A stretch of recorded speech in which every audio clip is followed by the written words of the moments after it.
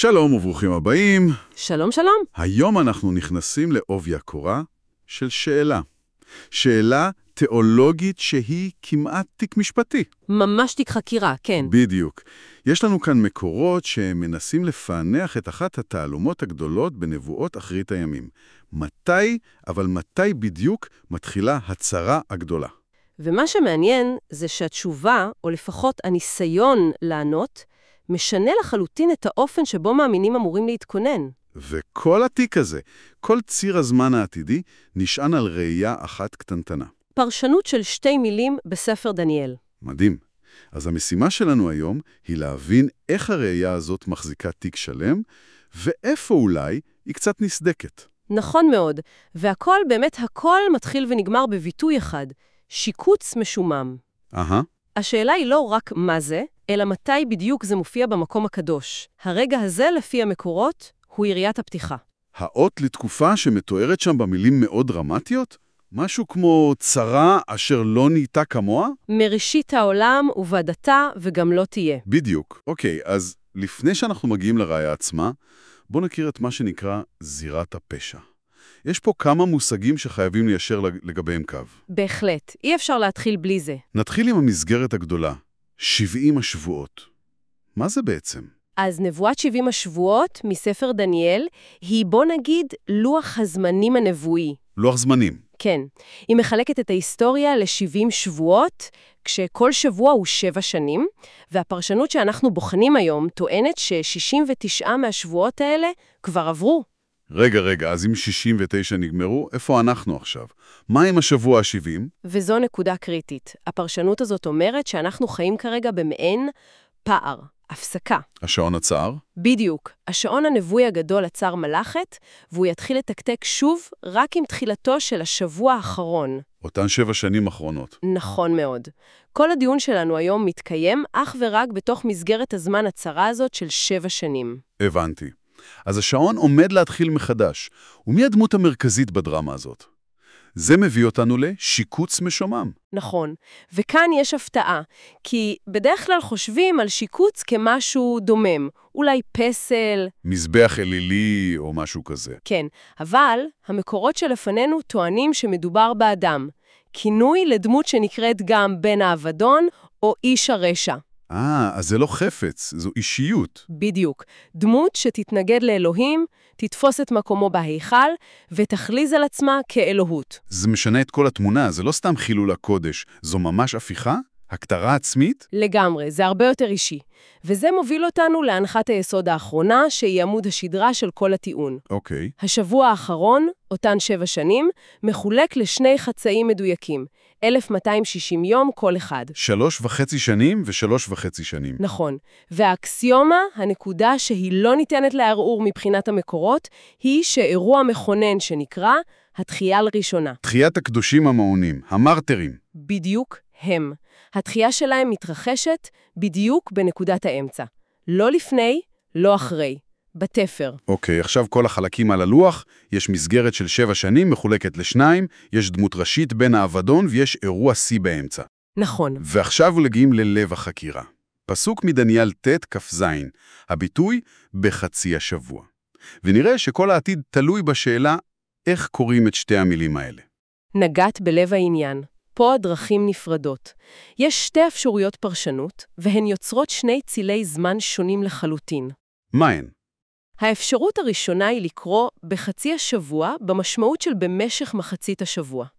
והשנייה היא לקרוא את זה במשמעות של בנקודת האמצע של השבוע. זה מזכיר לי תכנון טיול. אתה יודע, כאילו, האם אנחנו מטפסים על ההר במשך החצי הראשון של השבוע ומגיעים לפסגה באמצע למנוחה? ואז יורדים בנחת? נכון.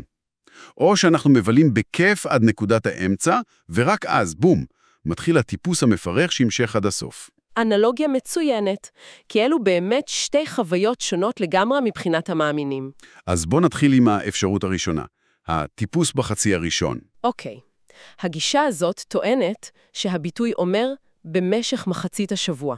לפי התיאוריה הזאת, בן האבדון מתיישב בהיכל מיד בתחילת 7 השנים. כלומר, הצרה הגדולה מתחילה ביום הראשון. בדיוק. במשך 42 חודשים, שזו המחצית הראשונה, הוא כופס סגידה לחיה, רודף את הקדושים, ומוציא להורג את מי שמסרב. 3.5 שנים של רדיפה. כן, ובסיומן בדיוק בנקודת האמצע מתרחשת התחייה הראשונה של אותם קדושים מעונים. אני מנסה להבין את ההיגיון פה. מה מושך בתיאוריה הזאת? למה שהתומכים שלה יאמינו בה? היופי בתיאוריה הזאת מבחינתם הוא הסימטריה המושלמת. יש פה מבנה נרטיבי מאוד ברור. התחלה, אמצע וסוף. לגמרי. יש מבחן אמונה אדיר שנמשך 3.5 שנים, מיד אחריו, באמצע, מגיע הגמול לתחייה הראשונה, ואז, הם טוענים, מתחיל החלק השני, משפט אלוהי על הרשעים במשך 3.5 השנים הנותרות. מבחן, גמול, משפט. מסודר. מאוזן והגיוני. זה גם מתחבר לפי המקורות לפסוק אחר בדניאל, פרק י"ב, שמדבר על אירוע מבורך שיגיע אחרי 1,335 ימים. שזה קרוב מאוד ל-1260 יום של מחצית השבוע. בדיוק, ולפי הפרשנות הזו, הברכה הזו היא התחייה הראשונה עצמה. זה מחזק את התחושה שיש פה מבנה קוהרנטי. ויש לזה גם גיבוי טקסטואלי, לא? כן, וזה חשוב להם. המקור מציין שתרגומים מסוימים של התנ"ך לאנגלית, כמו ה-JPS, מתרגמים את הביטוי במפורש כ-for half of the week. במשך מחצית השבוע. נכון, מה שנותן להם חיזוק, למעשה מחבר המקורות שלנו מצהיר בפירוש, הוא עצמו תומך בגישה הזאת. אוקיי, אז הטיעון לטובת הצהרה במחצית הראשונה נשמע די מוצק. יש לו היגיון, סימטריה וגם ראיות טקסטואליות. עכשיו בוא נעבור לאלטרנטיבה. הגישה השנייה נשמעת פשוטה יותר, לא? אמצע השבוע הכל מתחיל, 3.5 שנים של שקט, ואז בום. מה הבעיה עם זה? זו שאלה מצוינת, כי על פניו זה באמת נשמע פשוט יותר, אבל כאן המקורות שלנו הופכים לסוג של תובע במשפט, ומתחילים להציג שורה של חורים בעלילה של התיאוריה השנייה. אוקיי. הטיעון המרכזי שלהם הוא שהגישה הזאת פשוט יוצרת שרשרת של סתירות לוגיות, והכל מתרסק על אותה אקסיומה שקבענו, יש רק תחייה ראשונה אחת והיא קורית באמצע. טוב, בוא נראה את הראיות. מה הבעיה הראשונה? הבעיה הראשונה והכי גדולה היא שאלת את מי רודפים. נניח שהצהרה מתחילה באמצע השבוע. באותו רקע בדיוק, לפי האקסיומה מתרחשת התחייה הראשונה. מי קם לתחייה? המרטירים. אלו שמסרו את נפשם כי סירבו לסגוד לחיה. בדיוק. אבל אם הרדיפה והכפייה לסגוד מתחילות רק אחרי שהם קמו לתחייה ונלקחו, אז מי בכלל נשאר להירדף? זאת נקודה טובה. אם הקדושים הכי עיקשים, אלו שהיו מוכנים למות, כבר לא בתמונה, אז איך אפשר לכפות סגידה במחצית השנייה? על מי? וזו בדיוק השאלה שהמקורות מציגים. ונניח, רק לצורך הדיון, שיש קדושים שנשארו מאחור. והם נרדפים, מסרבים לסגוד ונהרגים במהלך המחצית השנייה. אוקיי. זה מיד פותח בעיה לוגית שנייה ואולי חמורה יותר. מתי הם יקומו לתחייה? אני רואה לאן זה הולך. כן, אם יש רק תחייה ראשונה אחת, והיא כבר קרתה באמצע השבוע, מה קורה עם אלה שמתו למען אמונתם אחרי האמצע? יש תחייה ראשונה וחצי? בדיוק. התיאוריה השנייה מחייבת שתהיה עוד תחייה למרטירים של המחצית השנייה, אבל זה מנפץ את הנחת היסוד של כל המבנה. שיש רק אירוע אחד כזה. נכון, המקור טוען בתוקף. התחייה הראשונה היא אירוע ייחודי חד פעמי. אין שתיים. ואם ככה, גורלם של אותם קדושים מהמחצית השנייה נשאר תלוי באוויר. התיאוריה פשוט יוצרת קבוצה שהסיפור שלה נקטע. אז הגישה השנייה יוצרת סתירה פנימית. אבל רגע, בוא נשחק את פרקליטו של השטן. קדימה. אולי התחייה הראשונה היא לא אירוע של רגע, אולי זה תהליך שמתחיל באמצע ונמשך. המקורות שוללים את זה. זו שאלה הוגנת, אבל הם מתייחסים לזה כאל אירוע נקודתי, כמו הערפיים. וזה מוביל אותנו לבעיה הלוגית השלישית והאחרונה שהם מציגים. אוקיי. האופי של המחצית השנייה של השבוע. המקורות טוענים שלאחר התחייה הראשונה, סדר האירועים העולמי משתנה לגמרי. זה כבר לא סיפור על רדיפת קדושים? אז מה זה כן? זה סיפור על 7 המכות שיורדות על הארץ. כלומר, אירועים קוסמיים, אסונות טבע, מלחמות, כאוס מוחלט. כן. המחצית השנייה מתוארת לא כצרה לקדושים, אלא כמשפט אלוהי על כוחות הרשע. ועכשיו תחשוב על זה פרקטית.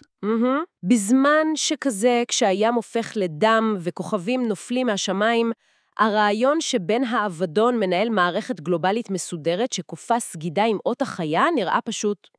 לא סביר. לא סביר. קשה לאכוף חוקי חנייה בזמן אפוקליפסה, קל וחומר דת עולמית. אז אם נסכם את כתב האישום נגד התיאוריה השנייה, היא משאירה את הרודף בלי נרדפים, היא יוצרת צורך בתחייה שנייה שסותרת את הנחת היסוד, והיא מתעלמת מהאופי הכאוטי של המחצית השנייה. בדיוק. לכן, מבחינת המקורות שלנו, התיאוריה השנייה, למרות שהיא נשמעת פשוטה, פשוט קורסת תחת משקל הסתירות הפנימיות שלה. היא לא מחזיקה מים. לא. וזה מוביל אותם למסקנה חד משמעית. הדרך היחידה שבה כל חלקי הפאזל מסתדרים, היא אם הצרה הגדולה מתרחשת כולה במחצית הראשונה. אז ציר הזמן שמתקבל הוא ברור מאוד. היום הראשון של 7 השנים הוא היום הראשון של הצרה הגדולה. כן. היא נמשכת 42 חודשים, באמצע הקדושים קמים לתחייה, ובמחצית השנייה המשפט האלוהי יורד על אלה שנותרו. זה בדיוק המבנה שהמקורות מציגים כמבנה הלוגי היחיד האפשרי. המחצית הראשונה היא מבחן הקדושים, המחצית השנייה היא משפט אויביהם. והתחייה הראשונה היא קו פרשת המים. קו פרשת מים חד וברור. כל הטיעון בנוי על כך שאם מקבלים את האקסיומה של תחייה אחת באמצע, המסקנה הזאת היא בלתי נמנעת. מה שמדהים בכל הסיפור הזה זה איך הכל באמת חוזר לאותה צומת. הכל תלוי בשאלה אם בחצי השבוע זה נקודה בזמן או משך זמן. 2 מילים בטקסט עתיק ושתי גרסאות שונות לגמרי של העתיד. אלו השלכות אדירות שתלויות על קוצו של יוד. בגרסה אחת, המאמינים עוברים 3.5 שנים של גהנום, ואז נגלים. בגרסה השנייה, יש להם 3.5 שנים של שקט יחסי. זה בהחלט מדגיש את החשיבות של כל פרט בטקסטים כאלה עבור המאמינים בהם. פרשנות היא לא קריאה פסיבית, אלא בנייה אקטיבית של מבנה שלם. כמו לבנות מגדל קלפים. בדיוק. כל קלף חייב לעמוד במקום. וזה מוביל אותי למחשבה האחרונה, כזה מעבר לדיון הספציפי. כן. כל הניתוח המדהים הזה, עם ההיגיון הפנימי ההדוק שלו, הכל עומד על אקסיומה אחת. שיש רק תחייה ראשונה אחת. זה גורם לי לטעות. באיזו תדירות אנחנו רואים את זה במערכות אמונה אחרות? או אפילו באידיאולוגיות. שאלה טובה. מבנים שלמים ומורכבים עם תחזיות לעתיד שנשענים כולם על פרשנות של מילה או עיקרון בודד. וזה מעלה שאלה למחשבה. מה קורה לכל המגדל הזה אם מישהו פשוט מזיז בעדינות את אותה לבנה קטנה ביסודות? זה יכול למוטט הכל. משהו להרהר בו.